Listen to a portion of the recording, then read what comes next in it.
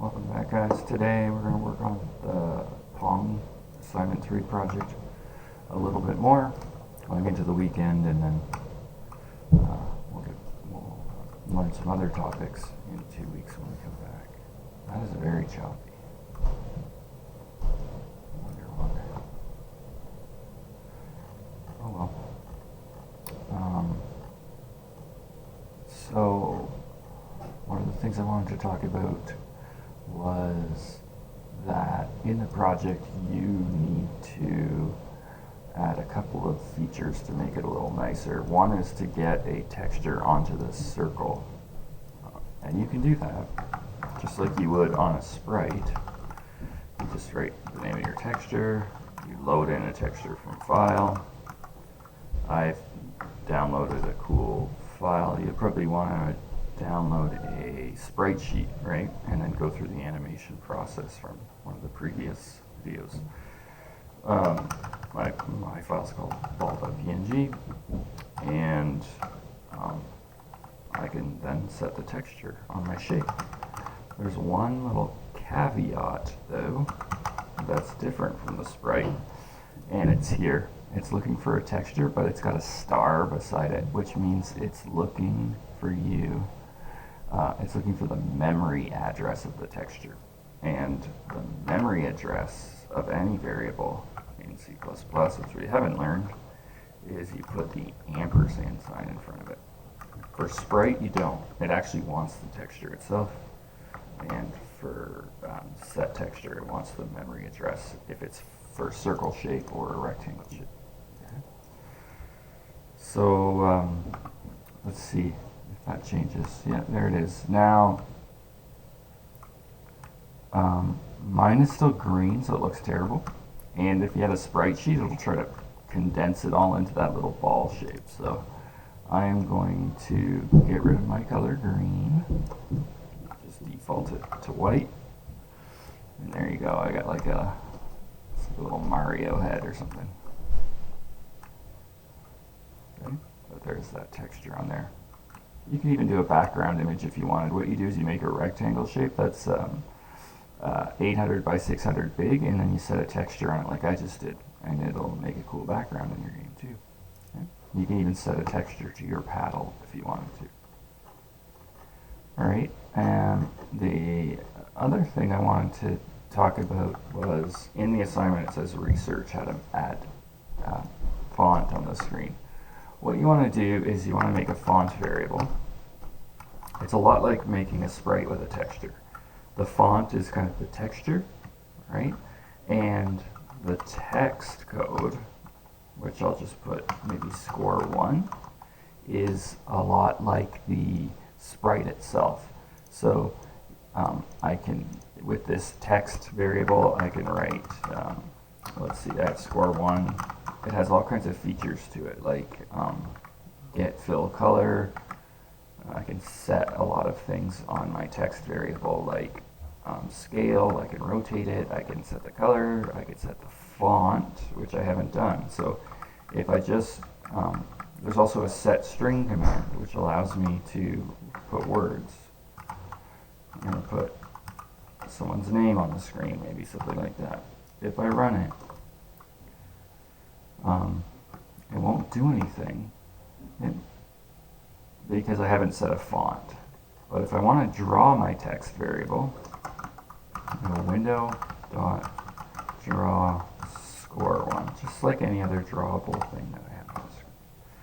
So let's see what happens. It doesn't draw anything on the screen. It doesn't draw those words on the screen. So what I want to do is go to a website that will allow me to download fonts. I think a good one is, there's Google Fonts, but I always have good luck with this website called Da Fonts, DA Fonts, like that, or Da Font, sorry. And you can download any one you want. Okay, this one looks cool. Black Rocker. Just make sure it has numbers. If you go down, see that? It shows you all the symbols they have. Some of them are missing. They have little question marks. And this one has all the ones I want. It has numbers, so this would be cool. a tough-looking font with natural, strong brush touch, ready to rock every design you make. Okay? So I hit download, and it will, I'm going to save it in my Palm project, just like you would an image. It needs to be saved in the same folder. Okay. Where's Palm? Is that? Okay, great. Saves it as a zip file, so you have to unzip it. So I will go to my Palm project here where I saved it, and I've got this zip file called Black Rocker. Just going to right click and say extract all so that an onion presses it. Great, there's my font there. It's already in a folder now. I don't really want it in a folder. I'm going to delete the zip file too, by the way. I don't really want this in a folder because then I'll have to like tell it the folder it's in. It should be a pain in the butt. So I'm just going to copy it and paste it right in there. I already did. I already had a font in there. Another example I was working on, but there it is. It's called blackrocker.ttf. So, just like with the texture, it's kind of confusing because texture and text are so close in wording. But a text variable holds words and strings, and we can draw them. And a texture is actually a variable type that holds images on your memory card. Okay. So I'm going to go F1 load from file, just like I would with my texture, and I'll give it the name of my font, blackrocker.ttf. Let's see what happens when I spell it wrong. Okay, I get the same message I would have gotten on a texture failed to load. Okay. Let's see what happens if I spell it right, and it's in the right spot in my folder. I don't get a message. Oh, I do. Blackrocker.ttf. Did I spell it wrong? Let's go look.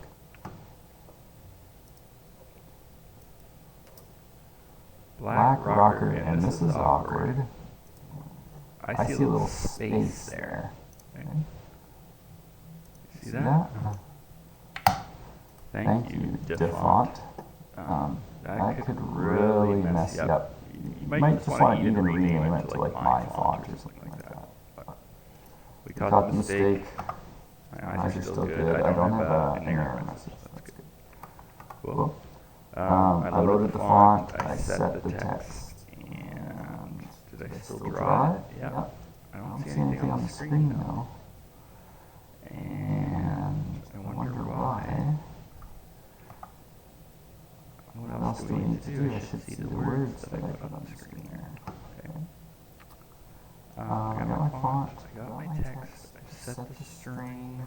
Do I need to set a color? Maybe it's black and I can't see it against my black background. Set fill color. I get white. I think by default it probably should be white. Still not seeing it there.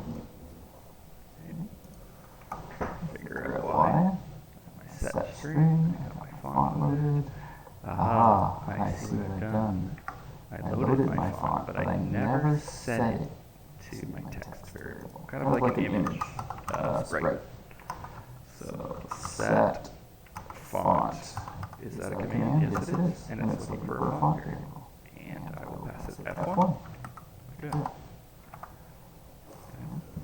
There, it says my words on the screen. I could change the size if I wanted to. I could change anything about it I wanted to. Position it. Just like a drawable object. Okay, so I want to, I want to keep a score or something, let's say. Or let's say I want to keep a counter, right? First of all, I can't use this command outside of my loop, because I know that this code's going to run once, all of this code. And all of the code inside the while loop will try to run 60 times a second. So I'm going to need this command for sure to be inside of my loop, because it's going to be constantly changing. Okay, so I'm going to make a count variable. I've already done that. It's called count1.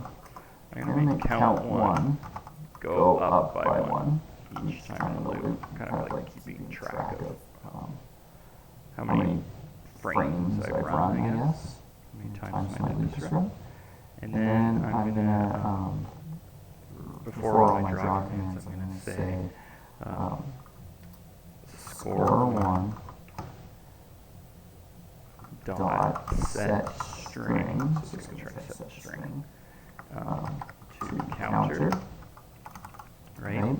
And I want to add in my count variable like this, but there's going to be a problem because this command set string is looking for a string variable, right? So it would happily take the word counter, no problem. Anything in quotes is fine, but as soon as I go to pass it a number, an integer variable, then it's going to complain. Okay. Oh, look what it does. Does something really weird. What's it writing? That's cool. Virtual protect failed to put. So weird. Like tapped into the system or something. It's like talking about our compiler and stuff.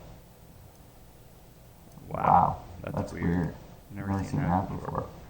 Anyways, I'll fix it by just making sure that this is represented as a string. The command, if you forget, it's a built-in command in C++ called to_string. And that should fix it for us. Hopefully. Yeah, there you go. Okay. So it's updating it constantly. Now, you're not going to want to do that. You're going to want to, like, if this ball hits the bottom of the screen, you want your score to go up by 1, right? So you'll want to find in your code where the if statement is, where this ball is hitting the bottom of the screen. For me, that is right here. This is the bottom screen bounce. Maybe you can leave yourself some comments. Bottom screen bounce. And this is the left edge bounce. And this is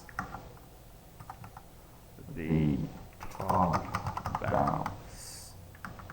And then this is the right bounce. So it's good to have little comments in your code. It doesn't make a huge difference in the small programs. But this is starting to get big. This is almost 150 lines of code, right? So it's nice if you can have little comments to yourself that let you know kind of where in the code you are. So here you could do something like keyboard commands, right? And here I could give myself maybe a couple spaces and write collision checking. Just a nice way to kind of lay everything out, because as the program gets bigger and bigger, you're going to want to be fixing different things and jumping around and adding features, and it's nice to have little tabs, little written out messages that you know where you are in your code. Okay, so try that. Try to get your game looking cool. Try to add a background if you can, like a rectangle shape, and that's all we'll work on for the rest of the week. Today, and then I guess we'll be back in 2 weeks and learn a little bit more about graphics. We'll learn about arrays, which is a type of variable that can hold just more than one piece of data, and a couple other more advanced topics too. Okay? So we will chat